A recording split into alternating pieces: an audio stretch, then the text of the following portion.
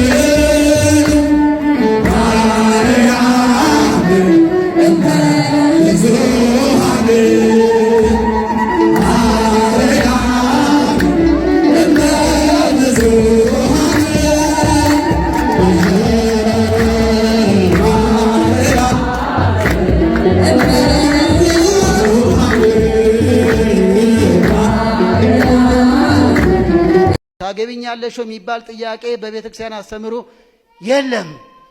ሆተ ብርሃን አውደ ምሕረት ላይ አዋሳ ገብርኤል አውደ ምሕረት ላይ ለድንግል ማርያም ተንበርከክ። አሁን ተንበርከከላት በኋላ በስድብና በመከራ ልታስበረክካት ነው? ጅላቱኑ እናንተም በፍቅር አንበርክኩት እንጂ ቀለበት ክብርት ሴት ቀለበቱ የሚደረግልሽ እዚሁ አውደ ምሕረት አምደ ወርቁ ለቤተ ክርስቲያን ቁልቢ ገብርኤል ሄዶ ታገቢኛለሽ እዛ ሄደ ንስሐ ገብተ መቁረቢያ ነው እንጂ እሷን ተንበርክከ መጠየቅ ቁልቢ ድረስ ሄደ። ግን ኦርቶዶክሳዊ አይደለም። እጮኛሞች አስቡበት። ራስን ጠብቆ ራስን ገዝቶ ተጠናንቶ በአግባቡ ሽማግሌ ልኮ ቤተሰብ ሽማግሌ መርቆ ምክረ ካህን አግኝቶ የካህን ምክር አግኝቶ በቤተ ክርስቲያን ስርዓት እንድትጋቡ እንደግፋለን። ያለበለዚያ ግን በመስኮት ለሚወጡት መሰላል ደጋፊ አትሁኑ። ስለ ጋብቻ አንዳንድ ኮርስ ይሰጣል እንዲላል ይባል ይሆናል። በትክክል ግን ጋብቻ ገብታቸው ነው የልጆቻችን የገቡ ያሉት። ቅድም እንደተባለው በእምነት ሳይሆን በስሜት መጓዝ በስቷል። ስሜት ልክ ነው። እነከሌ ያገቡ እኔም ላግባ፣ እድሜ እንዳይሄድ ልውለድ፣ ካባው ልልበሰው፣ ልሞሸር፣ አጎቴ ይደግስልኛል፣ እናቴ ሳትሞት አባቴ ሳይሞት የሚባሉ የሩጫ በደንብ ሳይጠናኑ እሱን መጣበታል። በዋናነት ግን ስለ ጋብቻ ሳይማሩ እዚህ ላይ ግን የሁላችን ድክመት ነው። ለምሳሌ በግብጽ ቤተክርስቲያን ቅድመ ጋብቻ ከዓመትና ከዛ ባላነሰ ስልጠና ተሰጥቶ ያስተማራቸው የመከራቸው ቄስ ፈርሞ ነው ወደ ጋብቻ የሚሻገሩት። አሁን የትኛው ተቋም ነው ቅድመ ጋብቻ እያስተማረ ያለው? አንድ አዲስ አበባ ላይ ማቀው ብስራተ ገብርኤል ሰንበት ትምህርት ቤት አንቀጸ ብርሃን ሰንበት ትምህርት ቤት እሁድ ቅድመ ጋብቻ ለብቻ መዝግቦ ሲያስተምር አውቃለሁ። በእውነት ጥሩ ተሞክሮ ነው። አዲስ አበባ ውስጥ ከ270 በላይ አድባራት አሉ። የጋብቻ ትምህርት የሚሰጥበት የለም። ለምሳሌ ለምክር አገልግሎት እኔ ጋ መጥተው የት እንደምልካቸው ግራ ይገባኛል። እኛ አንድ ደካማ ሰው ነኝ እና የትኛው ተቋም ሄደው ይማሩ?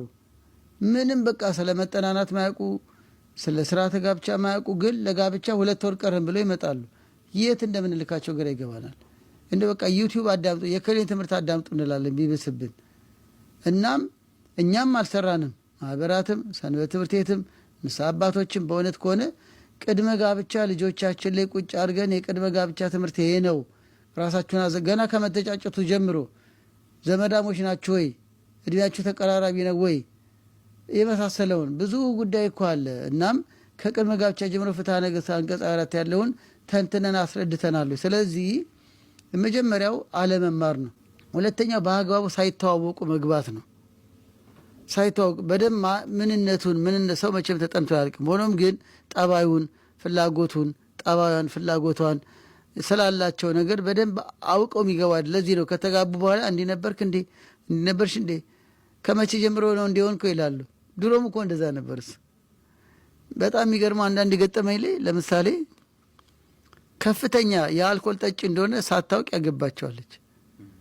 ለካ በምክክር አገልግሎት ቆይቷል። ድሮ ያገኟቸው ናቸው። ለማስታረቅ ነው የተገናኘ ነው ግን እና በጓደኝነታቸው ጊዜ እስከ ምሽቱ 12 ሰዓት በኢትዮጵያ አቆጣጠር ማለት ነው አብረው ይጫወታሉ። እና እሷ ጋር ሆኖ ስፕራይት ነው የሚጠጣው፣ ውሃ፣ ስፕራይት፣ ጁስ።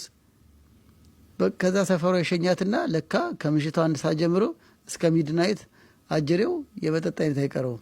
አታውቅም። ግን ሊጋቡ ደርሰዋል። በነበረው እኔ ጋር ሲመጡማ ተጋብተው ነው። አሁን ምን ተከሰተ? በቃ ልጁ ደንበኛ ጠጪ ነው፣ አታውቅም። እሱም ደግሞ ካወቀችብኝ ትተውኛለች በሚል በአጓጉልት መካሪም እውነቱን ራሱን ሆኖ አይደለም ጋብቻ ተከናወነ። ደግሞ በቁርባን ነው በማስባን ስርዓት እንደነገሩኝ እና ከጋብቻው ምሽት ጀምሮ አጀሪያው መሻ። አሁን የመሻው ብቻውን አይደለም፣ ለሰርግ የመጣ መጠጥ አላለን። ዋናው ጠጭ ሆነ ይደብቃል በየፍሪጁ። እስካሁን እሷ እንግዲህ መጠጥ ይዞ አልኮል መጠጥ ሲጠጣ አይታጣቅም። በፍቅረኝነት ጊዜ ከምሽቱ ጀምሮ ይለዋል። ለጊዜው እሷ ምን መሰላት ሙሽራ ስለሆነ የደስታ ጊዜ ስለሆነ 2-3 ቀን ቸል አለችው። ግን በደንብ እየጠጣ ነው። ከዛ በኋላ ሁሉ ነገር በረደ፣ እቃም ተመላለሰ። ሲጀመር ማምሸት ጀመረ። የሚያመሽበትን ያው መጠየቅ አለባት፣ ሙሽራ ነች እኮ።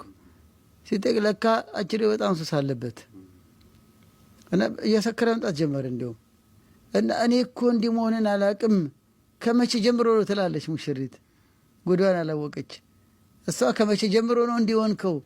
መቼ ነው አንተ ጠጭ ሆንከው ትላለች ለጓደኞቿ ሁሉ። መቼ ነው ጠጭ ሆነው? እንዴት እንዲያደርገኛል? እንዴት ሙሽራ አስቀምጦ ሲጠጣ ያመሻል? እሱ ለካ በዘመን ሁሉ የነበረው ልምድ ነው። ይህ ጉዳይ ያጋጫቸው። ያው በምንመችም እንዲታረቁ ሆነ። ግን አስተማሪ ይሄን ለምን አነሳሁት? ሳይተዋወቁ የሚጋቡ ይበዛሉ። ስለ ጋብቻ ሳያውቁና በአግባቡ ሳይተዋወቁ የሚጋቡ ይበዛሉ። ስላልኖራቸው፣ ስለ ህይወታቸው መርህ የመሳሰለው። ይህ እኮ ማለት ይልቅም በኋላ ላይ እንዲነበርሽ እንዲነበር ነገሮችን በጸጋ ለመቀበል ይቸግራሉ፣ ለመደማመጥ ይቸግራሉ፣ ለማስተካከልም ይቸግራሉ። ቀድማ ብታቅ ይሄን ደካማ ጎኑን ለማስተካከል ትዘጋጃለች። አሁን እኮ እቺ ልጅ ጠጭነቱን ብታቅ ወይ ትተዋለች ወይ ቀድማ ታርመዋለች። ጠበል ወስዳም ቢሆን ታርመዋለች። የምትችለውን ነገር ያላትን አማራጭ ትጠቀማለች። ቢያንስ ግን አሁን የጎዳት ምንድን ነው? አለማወቋ ነው። አጅሬው ደግሞ ያልነገራት ለምንድን ነው? ትተውኛለች በሚል በይዋነት አስተሳሰብ ነው። ግን ዋጋ አስከፈለ። አሁንም በሚገባ ሌላ ቦታ የሚወሰልቱ ብዙ አይነት ልምድ ያላት ብዙ አይነት ልምድ ያለው ሳይታወቁ፣ አንዳንዶቹ በፌስቡክ ተዋወቀው፣ አንዳንዶቹ በውጭ ሀገርና በውስጥ ሀገር ተዋውቀው፣ አንዳንዶቹ በሰው ተዋውቀው፣ አንዳንዶቹ በባህታዊ በአጥማቂ በምናምን ተዋውቀው በሚገባ ሳይተዋወቁ ከጀርባ ብዙ ነገር እያለ ያን ወይ ለመቻል ወይ ለመተራረብ ሳይዘጋጁ ህይወቱ ይጀመራል። ከዛ እውነተኛው ጠባይ ይመጣል። በጾም ጊዜ የማይረሱ 5 ነገሮች። በስመ አብ ወወልድ ወመንፈስ ቅዱስ አሐዱ አምላክ። ውድ ልዑል እግዚአብሔር ልጆች በልዑል እግዚአብሔር ስም እንደምን ዋላችሁ? ቸርነቱ የበዛ ልዑል እግዚአብሔር ስሙ እየተመሰገነ ይሁን። በጾም ጊዜ የማይረሱ 5 ነገሮች። አንደኛ ይቅርታ። ይቅር ሳንል ጾም እንጾማለን ማለት በራሳችን ላይ መቀለድ ነው የሚሆነው። የበደሉንን ሰዎች ይቅር ማለት ያስፈልጋል። የበደልናቸውንም ሰዎች ሂደን ይቅርታ መጠየቅ ያስፈልጋል። ከመጾማችን በፊት እኛ የእግዚአብሔር ሰዎች መሆንና አለመሆናችንን ራሳችን መፈተሽ ያስፈልጋል ማለት ነው።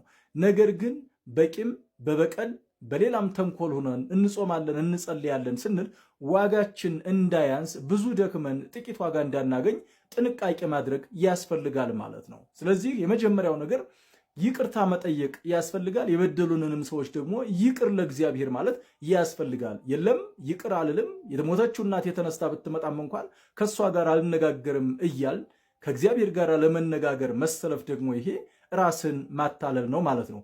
ሁለተኛ ወንድሞቻችንን ወይም ደግሞ እህቶቻችንን መውደድ ፍቅረ ቢጽ ይባላል። የወንድማማች መዋደድ ሳይኖረን ጾም እንጾማለን የምንል ከሆነ አሁንም ራሳችንን አታለናል። ምክንያቱም ምንድን ነው ካላችሁ ዋጋችን ያንሳል። ብዙ ደክመን የምናገኘው ጥቂት ሊሆን ይችላል ማለት ነው። ነጋዴ በብዙ ወረት ብዙ ንግድ ነግዶ ብዙ ማግኘት ሲገባው ጥቂት የሚያገኝ ከሆነ ከስሯል ማለት ነው። ስለዚህ እኛ ደግሞ በወንድማማች መዋደድ ምክንያት ወንድማችንን እየከሰስን ወንድማችንን እየነቀፍን ወንድማችንን እየጠላን የምንጾም ከሆነ ዋጋችን ሊያንስ ይችላል ማለት ነው። ስለዚህ ወንድሞቻችንን በመውደድ ወንድሞቻችንን የቸገራቸውን በመርዳትና በማገዝ እህቶቻችን ወንድሞቻችን ወላጆቻችንን ጭምር በመርዳት ጾሙን ስንጾም ዋጋችን ከፍ ያለና ብዙ ይሆናል ማለት ነው። በአንደኛ ዮሐንስ ምዕራፍ 4 ቁጥር 20 ላይ እንዲህ ይላል፣ የማያየውን እግዚአብሔርን እወደዋለሁ የሚል የሚያየውን ወንድሙን የሚጠላ እሱ ሐሰተኛ ነው ይላል። እግዚአብሔር የሚገለጠውና የሚታየው በወንድሞቻችን ስለሆነ ወንድም እህቶቻችን እንደኛ ሰው ለሆኑት ሁሉ ክብር መስጠት ያስፈልጋል ማለት ነው። በሶስተኛ ደረጃ ደግሞ ጸሎት ያስፈልጋል። ጾም ያለ ጸሎት ዋጋ ስለሌላት ከተቻለ የሰባቱን ጊዜያት ጸሎት ማድረስ ያስፈልጋል። ካልተቻለ ደግሞ የማታና የጧት ጸሎት ጠንክረን እየጸለይን እግዚአብሔርን እየተማጸንና እያመሰገን ልንጾም ይገባል ማለት ነው። በአራተኛ ደረጃ ሊረሳ የማይገባው ነገር ምንድን ነው? ከጾም ጋራ ስግደት ያስፈልጋል ማለት ነው። ጾም፣ ስግደት፣ ምጽዋት እህትማማቾች ስለሆኑ አይለያዩም ማለት ነው። ስለዚህ በምንጾምበት ሰዓት አቅማችን የፈቀደውን መስገድ የምንችል ሰዎች ጊዜ አጠረን እንዲሆን ማለት የለብንም። ምክንያቱም ጊዜውን አብቃቅተን መስገድ ያስፈልጋል። መስገድ የማይችሉ የወገብ ችግር ያለባቸው፣ የጉልበት ችግር ያለባቸው፣ የራስ ችግር ያለባቸው ወይም ልዩ በሽታ ያለባቸው ሰዎች ሊሰግዱ አይችሉም። ነገር ግን ጤነኞች የሆኑ ሰዎች ከጾም ጋር ስግደት ያስፈልጋል ማለት ነው። በአምስተኛ ደረጃ ደግሞ ከተቻለ ቸርነት፣ ከተቻለ ማለት ቸርነት ማድረግ የማይችሉ እህትና ወንድሞች ስላሉ ለራሳቸው የሚበሉት የሌላቸው እህትና ወንድሞች አሉ። ከነሱ ውጭ ግን መብላት የሚችሉ ለምሳሌ ቁርስ፣ ምሳ፣ እራት መብላት የሚችሉ ሰዎች ለሌላቸው በየቤተ ክርስቲያኑ በር ላይ ለወደቁት ርኅራሄ ማድረግ ያስፈልጋል። ምሳና እራትን በልቶ ከተቻለ በራት ብቻ ካልተቻለ ግን ምሳና እራትን በልቶ 9 ሰዓትና ከዛ ቀጥሎ ያለውን በልቶ ቁርስ የሚባለውን ነገር በቤተ ክርስቲያን በር ላይ ለወደቁት አረጋውያን፣ ጧሪ ላጡ አረጋውያን፣ አሳዳጊ ላጡ ህፃናት ለነዚህ ርኅራሄ ማድረግ ያስፈልጋል። አከፋፍሎ 5 ብርም 1 ብርም 2 ብርም 10 ብርም አቅም እንደፈቀደ 100 ብርም ሊሆን ይችላል። በጾም ሰዓት ብንለግሳቸው በልተው ያድራሉ።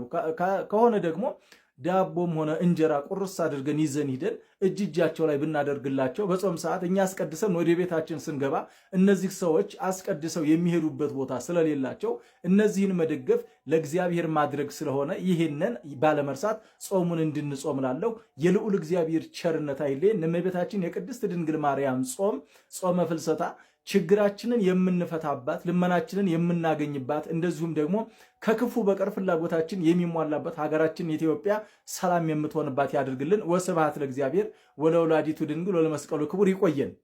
አንድ የሚያስገርመኝ ልንገርህ፣ በሰው አትሳቅ ከሰው ጋር ግን ሳቅ ይላሉ እንግሊዞች አለ። ስብሐት ነው በመጽሐፉ።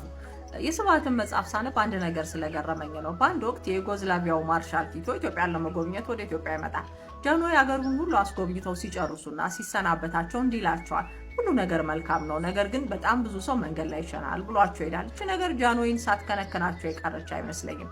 እሳቸውን በተራቸው የማርሻሉ ሀገር ለጉብኝት ይሄዳሉ እና እየጎበኙ እያለ አንድ ሰው በኢትዮጵያውያኖች አይነት እንትን ሲሸና ያዩታል እና በጣም ተገርመው ማርሻሉን ነካ ነጋ ያደርጉና ያሳዩታል። ቲቶ በዚህ ነገር ስለተናደደ ይላል ጋሻ ጃግሬዎቹን ይልክና በጣም በአስቸኳይ እያዳፋችሁ ይህን ሰው ይዛችሁልኝ ይላቸዋል። ከዛ ጋሻ ጃግሬዎቹ ከሄዱበት ሲመለሱ ባዶ እጃቸውን ይመለሳሉ እና ይጠይቃቸዋል። ለምንድን ነው ይዛችሁት ያልመጣችሁት? ይዘን መምጣት አንችልም እኮ። ለምንድን ነው ይዛችሁት ማትመጡት? አምባሳደር ነው። የምን አምባሳደር ሲላቸው የኢትዮጵያ አምባሳደር ነው አሉት አለ እና የዛኔ ማየት ቢቻል በጣም ማየት የምፈልገው ነገር የጃንሆይ ፊት ምን መስሎ ነበር ይሆን ብዬ ነው። ያውም በባለስልጣን ደረጃ ያውም ደግሞ በሰው ሀገር ሄደክ ተመሳሳይ እዚያ ያሳየህን ጥፋት እዛ መድገም ማለት ነው። ያው ሰውየው እንደዛ የታየበት ሰውዬ ኢትዮጵያዊ ባይሆን ኖሮ ጃንሆይም ሊያሳዩት የፈለጉት ምንድነው የሀገር ያለው ነገር አንተ ሀገርም አለ መሽናት እኛ ሀገር እንዳለው ሁሉ አንተም ጋር እንደዚህ ይደረጋል የሚለውን ለማሳየት የፈለጉ ይመስለኛል። አንዳንድ ሰዎች አጋጥመው ያውቃሉ። በሆነ ችግራቸው በሆነ ስህተታቸው ሰዎች ሊናገሯቸው የፈለጉትን ሲነግሯቸው የራሳቸውን ስህተት ከማስተካከል የራሳቸውን ችግር ከማረም ይልቅ ድጋሚ የሚወድቁ ሰዎች አጋጥመው ያውቃሉ።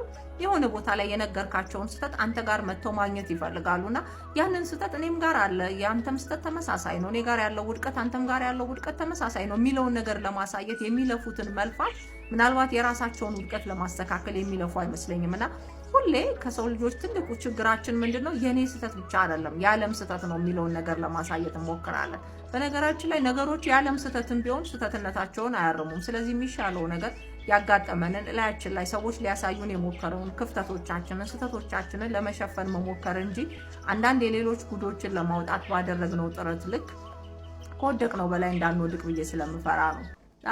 የጃንሆይ ሁኔታም ስለገረመኝ ነው።